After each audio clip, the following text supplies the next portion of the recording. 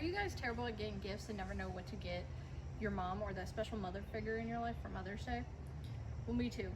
My name is Kendra Bartlett, and today I'll show you how to make your mom feel important with a Mother's Day pot, in this case, for Mother's Day.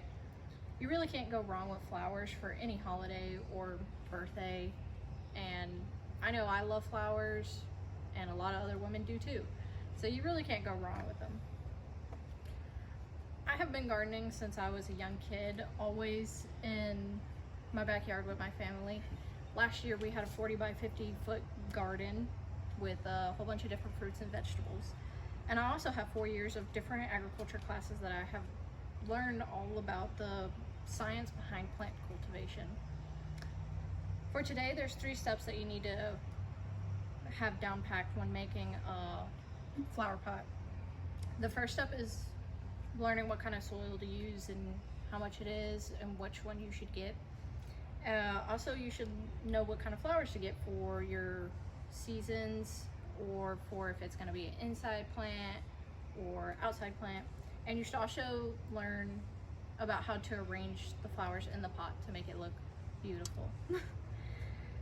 So let's get started with this gift preparation. We're going to start off with the soil first, and this is the soil that I got. It is just regular old Miracle-Gro potting mix. This was an 8-quart bag that was only $5. So this can make plenty pots worth of flowers. What you're gonna do first with it is you're gonna fill up your pot about quarter of the way full. There we go, got that filled with some soil.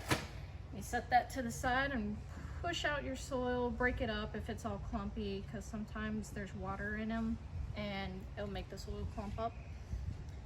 And then after you got your soil, I really do recommend this kind because it's meant for smaller plants and at the beginning of each planting season.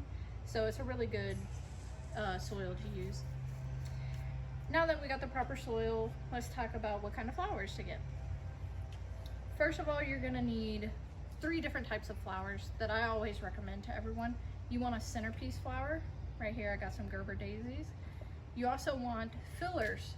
Some people use grass type plants for fillers and other small items for fillers. Today I'm using small flowers because why not add some more color than normal. And also you want to get a hanging plant that accentuates the outside of the pot, and that's oregano right here. And also I got full sun plants because this pot is going to stay outside, and if it's going to stay outside all day, you might as well get plants that can deal with the heat and the sun. But if it was in the winter, you could get other types of plants, and the tags on the plants will show you what they could take, if it's like a shade plant, a full sun plant, or part sun. So you can always look at the tags and it'll tell you exactly what it is. Now that you got the right kind of flowers and you got the right kind of soil, let's move on to arrangement. What I like to do is to start off with the centerpiece first, because then you can build up around it and it's a little bit easier.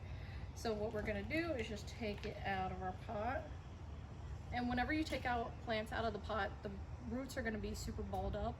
So what you gotta do is just squeeze it and break it up so that the roots come down and sit in the soil in your pot all pretty like. Now that you got that broken up, and this doesn't hurt the plants, you can be as gentle as or aggressive that you want to be. But now that you got your centerpiece all broken up, you're just going to dig a hole right in the center and plop that right in there. We're not going to fill it up all the way yet with soil, we're just putting where we want it. Also, what I recommend is to arrange all your flowers in the pot beforehand and do like a dry run. So with no soil in the pot at all, take all your flowers out, put it in the pot and see what it looks like. And if you want a different arrangement or different colors along with whatever else you have, then you should do that beforehand. But now that we got our centerpiece in, we're gonna do our hanging plants next, because those just go on the outer edge and I'm digging little holes right where I want them to go. And I'm gonna take my oregano and break it up like so. And you should break it up over the pot because the soil will go into the, you can reuse the same soil that you break up. And I'm just gonna put these on the outer edge like so they can hang over and look pretty.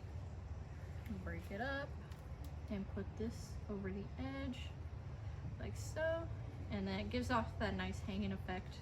And with oregano you can use this in the kitchen too, so it's also cool to have different uses of the plant. Now we're going to take our filler flowers. Right here we got some little impatiens. We got a white one. I already broke up the roots for these ones, and then I'm just going to place them how I like them. Do a little white one right there, do one on the edge as well, and then I'm going to make them symmetrical by putting the same colors at the same angles of the pot. And so I'm going to do my orange marigolds right next to the white. Although this process is a little bit messy, it's well worth it, 100%. And now that you got all your fillers in, like so, let me put this one a little bit deeper. There you go. And it should give off this nice filling effect. And you got your beautiful centerpiece and all your little fillers. All right, now that you got all of it arranged very nicely into how you like it, you're gonna take your soil that you have and do this by hand because you don't want to dump all the whole bag of soil on there and break all the flowers. You're gonna just take a bunch in your hand of soil, and then you're gonna cover the roots and make them sit up nice and tall like so. Just move the soil around all the roots, cover all the roots, make it look pretty. There we go. It's okay to get the soil on top of the flowers. It ain't gonna hurt it at all.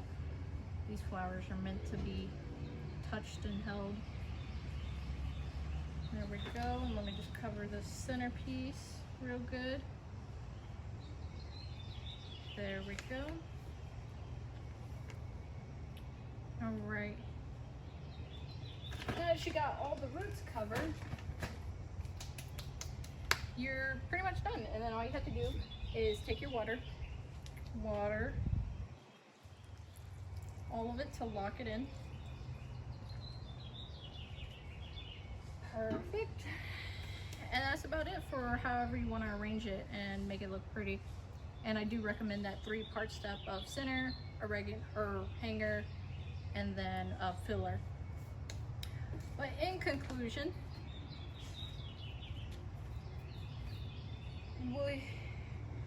it's super easy and super cheap to make this gift for the people that you love. It doesn't have to be just for your mom. It can be any mother figure. It could be for guys too, not to be sexist.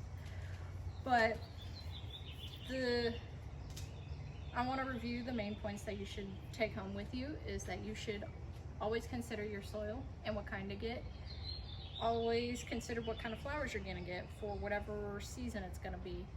And also consider the arrangement of the flowers and what colors go good together and what else that you would think would look pretty if it's going inside or outside.